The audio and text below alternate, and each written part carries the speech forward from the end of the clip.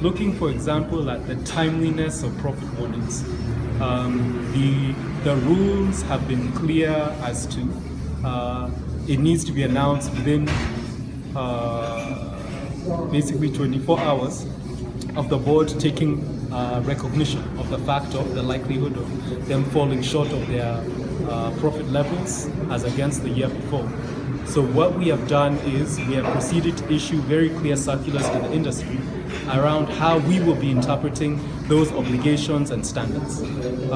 Some of the challenges we have seen is some boards have indicated that until the 11th hour in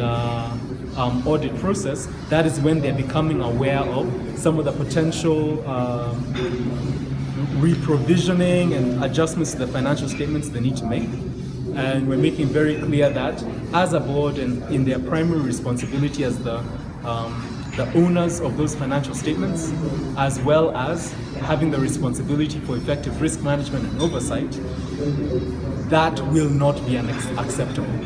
conclusion. That you need to be working very clearly, having very strong internal control mechanisms with the management of the company, so the board at any one time is fully aware of the financial status of the company, and there will be appropriate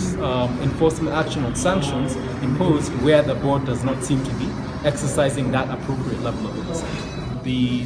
existing powers vested in the authority cut across from the issuance of public reprimands to the imposition of financial penalties across a wide spectrum.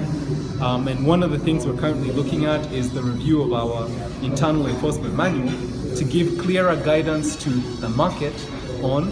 how we'll be calculating our penalties. As has been noted, for example, for late publication, a number of entities have been hit with a 50,000 shilling penalty, but in reality it's not commensurate to the potential risk and exposure to investors. So we are going through a refinement of some of those standards to make sure there's a stronger correlation between the exposure to the market and the level of financial penalty that they'll be